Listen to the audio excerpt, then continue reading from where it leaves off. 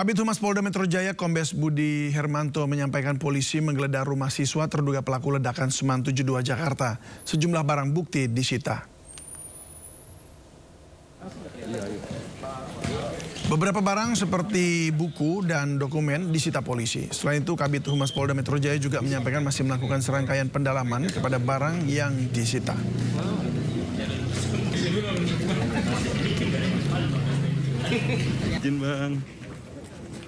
Memang ada beberapa barang, buku, dokumen yang disita, dibawa oleh Puslap 4. Nanti itu akan dirinci dengan persesuaian kejadian peristiwa ini. Apabila itu mendukung dalam suatu peristiwa ledakan di SMA 72, ini akan masuk dalam kriteria barang bukti. Tetapi apabila itu tidak menjadi asupan di dalam proses olah barang bukti, itu mungkin kita abaikan. Jadi secara detail barang apa saja ini nanti Mas Yuldan akan dijelaskan nanti pada.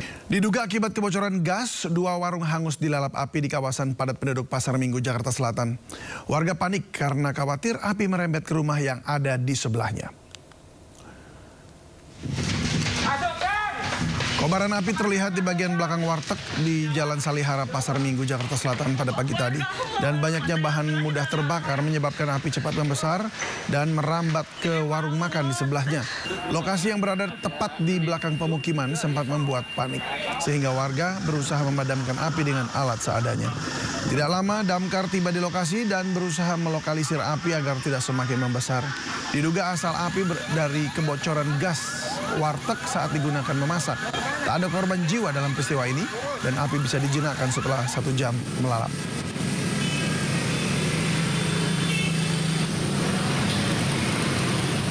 Seng atap bangunan rumah makan porak-poranda diterjang hujan deras dan angin kencang di Kabupaten Bekasi, Jawa Barat. Angin kencang juga merusak puluhan bangunan semi permanen yang ada di sekitar lokasi.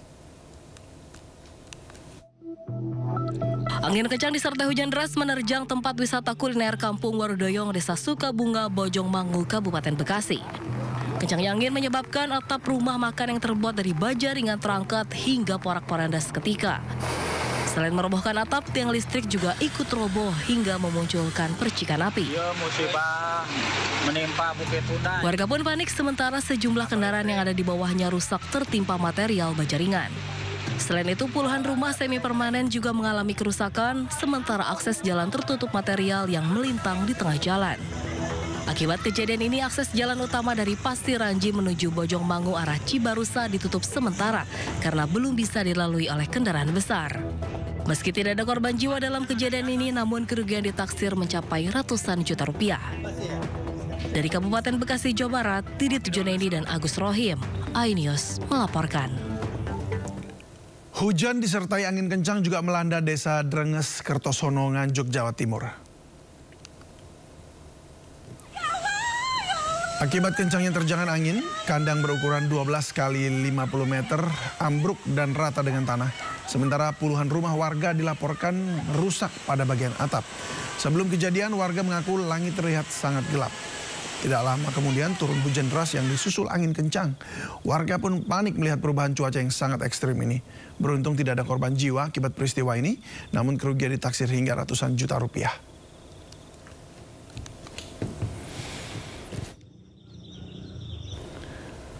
Tebing setinggi 20 meter longsor usai hujan deras mengguyur kawasan Magetan, Jawa Timur. Naas, seorang pemotor yang melintas, tewas akibat diterjang material longsor hingga tertimbun.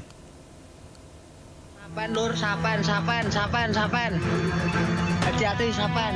Hujan deras di Kabupaten Magetan, Jawa Timur, Senin petang mengakibatkan tebing lereng Gunung Lawu setinggi 20 meter, lebar 30 meter, longsor. Akibatnya, akses penghubung 2 provinsi Jawa Timur, Jawa Tengah, Desa Gonggang, Poncol, Magetan, terputus. Bencana ini juga menelan korban jiwa. Seorang pengendara motor yang tengah melintas tersapu material longsor. Korban bernama Parno, 45 tahun, warga Kelurahan Poncol, tewas di lokasi. Petugas BPBD Magetan gabungan dan warga langsung mengevakuasi jasad korban ke Rumah Sakit Saidiman Magetan. Pengendara pun diimbau waspada dan segera laporkan jika menemukan tanda-tanda pergeseran tanah.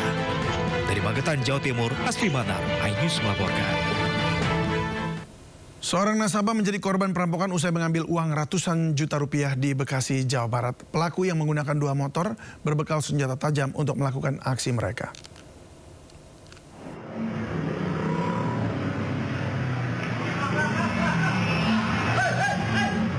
CCTV milik sebuah perumahan dan toko merekam kawanan perampok bersenjata tajam yang menghadang sepeda motor seorang nasabah bank di Jalan Raya Nonon Sotani, Kota Bekasi, Jawa Barat. Pelaku yang berjumlah 4 orang datang dari arah Jalan Insinyur Haji Juanda menuju Ganda Agung berbekal senjata tajam. Meski kondisi jalan ramai, para pelaku tetap nekat membacok korban yang mempertahankan uang 450 juta rupiah yang baru diambil dari bank. Para pelaku panik lantaran diteriaki warga dan dikejar petugas keamanan perumahan hingga kabur tanpa membawa hasil ke arah Gabus, Kabupaten Bekasi. Korban yang mengalami luka bacokan di bagian punggung dan tangan sebelah kiri langsung dilarikan warga setempat ke klinik terdekat untuk mendapatkan perawatan medis. Pasca kejadian, petugas Polsek Rawalumbu dan Polres Metro Kota Bekasi langsung mendatangi lokasi dan melakukan olah tempat kejadian perkara. Hingga kini pelaku masih dalam pengejaran petugas gabungan dari Polsek dan Polres Metro Bekasi Kota. Dari Bekasi, Jawa Barat, Rahmat Hidayat, A-News melaporkan. Eksekusi koruptor proyek Pasar Kranji Bekasi berlangsung heboh. Terpidana mengamuk dan melawan belasan petugas yang hendak membawanya ke lapas.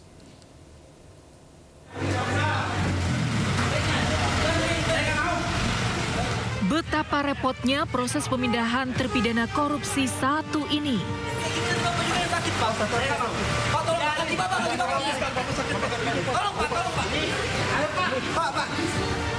Dengan susah payah, belasan petugas kewalahan saat harus membawa Iwan Hartono, terpidana korupsi revitalisasi Pasar Kranji Bekasi, masuk ke dalam mobil tahanan kejaksaan.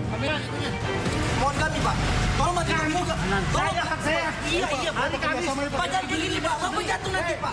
Meski sudah ada putusan final dari pengadilan, Iwan menolak dibawa ke lapas Bulak Kapal.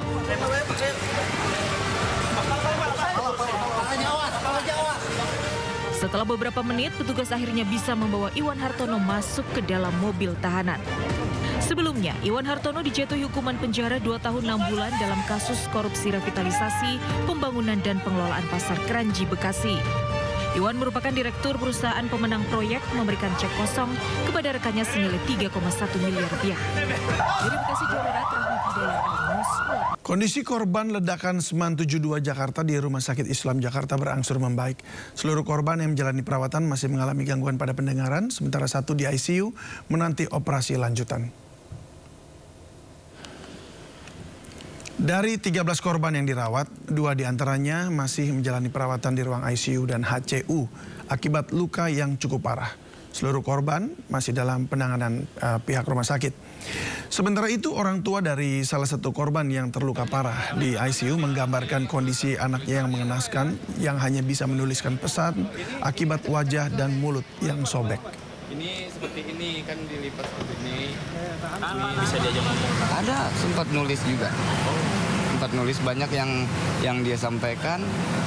Ya itu terus ada ditulis sama dia pakai kertas. Karena kan di situ dia kan nggak bisa ngomong karena ada selang ventilator dan itu ventilatornya pun juga kemarin mau dibuka kata dokter tapi nggak jadi karena pertimbangan hari ini dia mau operasi lagi seperti itu. Ini operasi yang kedua hari ini. Insya Allah operasinya jam 4 kata dokter janjiannya. Yang pertama sekali hari ini operasinya bagian yang dibahas itu yang bagian kulit sama ini. Bagian kulitnya dulu, bagian apa yang luka kulit. Karena luka bakar di kulit. Iya, cuman kata dokter luka bakarnya itu parah banget. Gitu.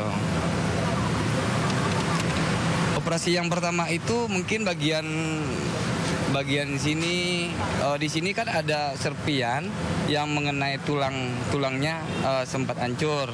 Ini hancur, tulang di sini hancur, tulang yang di sini juga hancur. Nah, yang di sini sobek, di sini juga sobek. Operasi yang pertama itu bagian muka, di matanya juga pendarahan, kakinya sama. Sementara itu perawatan terduga pelaku ledakan di SMA Negeri 72 dipindahkan dari Rumah Sakit Islam Cempaka Putih ke Rumah Sakit Polri Kramat Jati. Langkah ini dilakukan untuk pemantauan menyeluruh proses pemulihan baik secara fisik maupun psikis. Pemindahan perawatan juga bertujuan untuk privasi proses penyelidikan karena terduga pelaku masih berstatus pelajar. Pasien yang kami pindahkan ke Rumah Sakit Polri tentang penanganan tim terpadu, bukan hanya dari sisi medis bukan hanya karena luka bakar, tetapi dokter bedah juga dipersiapkan. Selain itu, secara psikologis, trauma terhadap korban, pasien juga kita tangani.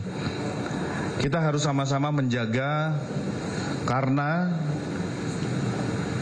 korban ataupun yang diduga melakukan merupakan berstatus anak, sehingga ada diatur dalam undang-undang untuk kita sama-sama menjaga privasi dan perlakuan